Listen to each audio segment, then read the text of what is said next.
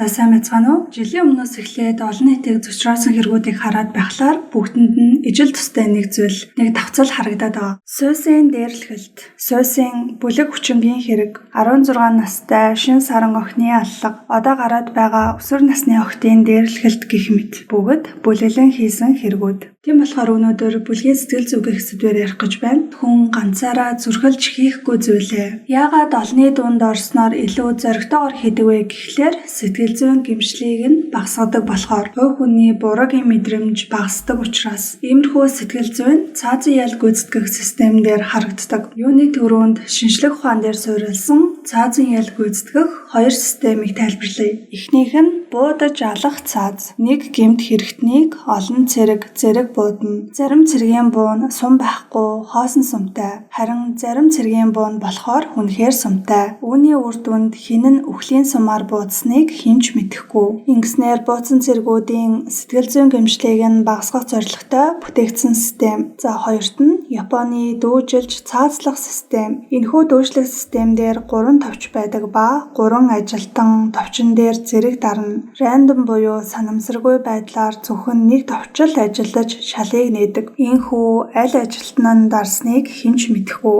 Ингээд хувь хүний буруугийн мэдрэмж багасдаг. Тэгэхээр олон нийтийн хамгийн их гайхдаг асуултын хариулт яг энд байна. Тэд нар одоо гэмшиж байгаа болов уу? Миний хариулт үгүй гэж хэлнэ. Буруу үйлдэл олон хүнд хуваагдах тусам хувь хүний гэмших буруугийн мэдрэмж нь багасдаг. Суусын бүлэг хүчингийн хэрэг хийсэн ангийн залуучууд хүүхдүүдийг зодож дээрлэхдэг өсвөр насны охид. Энэ хүмүүст би л буруутай юм байна гэх 100% өөрийгөө буруутгах гэмшил яг одоо тархинд нь байхгүй гэсэн үг. Болсон явдал сонсдог хүмүүс мэдчил байгаа байх. Нэг хүн ямар нэгэн гэмт хэрэг хийлээ гэж бодъё. Эхлээд бол хэрэгээ хүлээхгүй мэдээж гүрийн. Гэхдээ камерын бичлэг, нотлох баримт нүдэн дээр нь гаргаад ирэх үед бүх хариуцлага 100% өөр дээр нь төвлөрдөг болохоор үннээс цухтаах боломж байхгүй. Ганцаараа гэмт хэрэг хийсэн хүмүүс гэмт хэрэг хийснээ хүлээн зөвшөөрөх магадлал харьцангуй өндөр. Ийм болохоор ганцаараа гэмт хэрэг хийсэн хүнээс илүү бүлэг гэмт хэрэгтэнгүүд илүү аимшигтай юм шиг.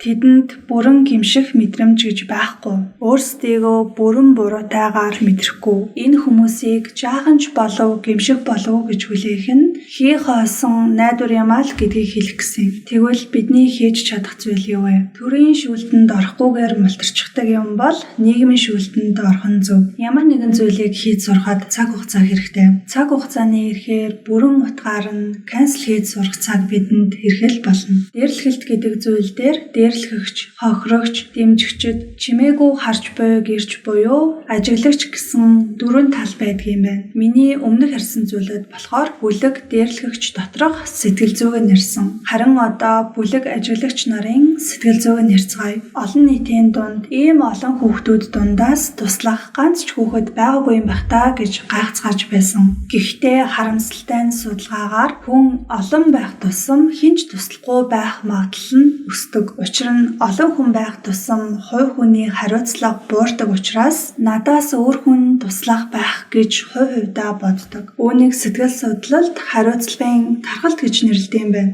Нэгэн утаатай өрөөний туршилт байдаг байхгүй юу? Өрөөнд ганц хүн болон олон хүнийг ээлжилж оруулсан. Гэнэт өрөөний булангаас хиймлэр утаа гаргаж эхэлдэг. Үр дүнд нь ганцаараа байсан хүмүүсийн 75% нь утаа гарч байна гэд шууд л мэдгдсэн. Харин олуулаа байх үед надаас өөр хүн арга хэмжээ авах байх гэж бодоод хүлээх хандлага гарч 20% нь л мэдгцэн гэсэн судалгааны үр дүн байна. Тийм болохоор энэ бичлэгийг үзэж байгаа хүүхдүүд дундаас дээрлэхэлтийн ажиглагч тал болоод байгаа хүүхд байвал надаас өөр хүүхэд туслахал байлгүй дээ гэж битгий хойш нь тавиарай. Хэрвээ ганцаараа зогсоох гэхээр зоригч нь хүрэхгүй байх юм бол өөртөөгөө адилхан мэдрэмжтэй хүүхдийг бол тойроод зогссон олон хүүхдүүд дундаас хэн ямар бодолтой байгаа нь буруу зүйл гэдгийг сэтгэл нь аль хэдийн мэдэрчихсэн хүүхдүүд бол царайнаас нь шууд л харагдана. Өөртөөгөө адилхан мэдрэмжтэй 1-2 хүүхдүүдийг олж аваад хамтдаа зогсоох юм бол юмс арай илүү хэлбэр байх болно. Хэдүүлээ ингээд бүлэг дээрлэхэгч нарын сэтгэл зүйг ярьлаа.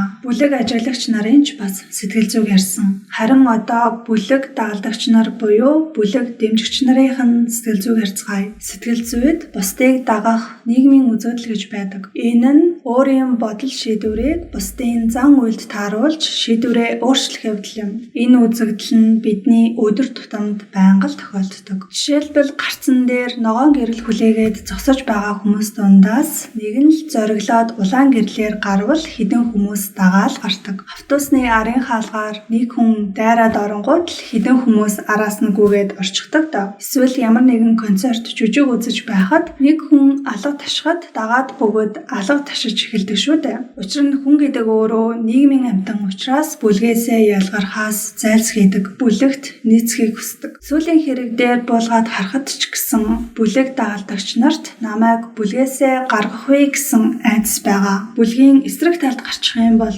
намайг ч гэсэн ингээд дээрлэхэндээ гэсэн айдас. Айдсаасаа болоод дэмжиж байгаа юм шиг жүжиглэж байгаа ганц хоёр хүүхэд бол тэдний дунд байж л байгаа. Байсан гэдгийн баталгаа нь өөрөө энэ хэрэг задарсан явдал. Дээрлэгч хүүхдүүд өөрсдийнхөө дэмжигч манай тал гэж бодож андуураад хэргийн талаарх нотлох баримтуудыг хувийнхаа бүлэг доторх групптэй сторидо хийдэл нөгөөх нь үнэн хэрэгтээ дэмжигч тал биш ажиглагч талын хүүхэд дунд нь байж таарсан. Тэр хүүхдийн ачаар л өнөөдөр энэ хэрэг ил боллоо шүү дээ. Дүгнэлт хэсэг. Энэ хэрэг сошиалор хэд хоног бүүн болж байгаад л хэд хоногийн дараа л мартагдана шүү дээ гэд байгаа. Тухайн хэргийг мартахгүй байх гэдэг нь яг юу вэ гэдгийг хувьдаа бодлоо л доо. Өмнө болж байсан хэрэгүүдийг харахаар тухайн үед гарсан зөвхөн нэг хэрэгтэй л бүгд анхаарлаа хандуулдаг байсан. Харин энэ удаад өмнөх шийдэгдээгүй хэрэгүүдийг дахин сөхөж гаргаж ирж байгааг нь хараад хүмүүс мартаагүй байсан байх нэ гэж бодогдсон. Олон нийтийг зочроосон хэрэг гарах болгонд хүссэн хүсээгүй хүний тарих хэд хоногийн дараа маш ихээр ачаалал авч стресстэй ядарснаасаа болоод тэр хэрэгээс зэ авч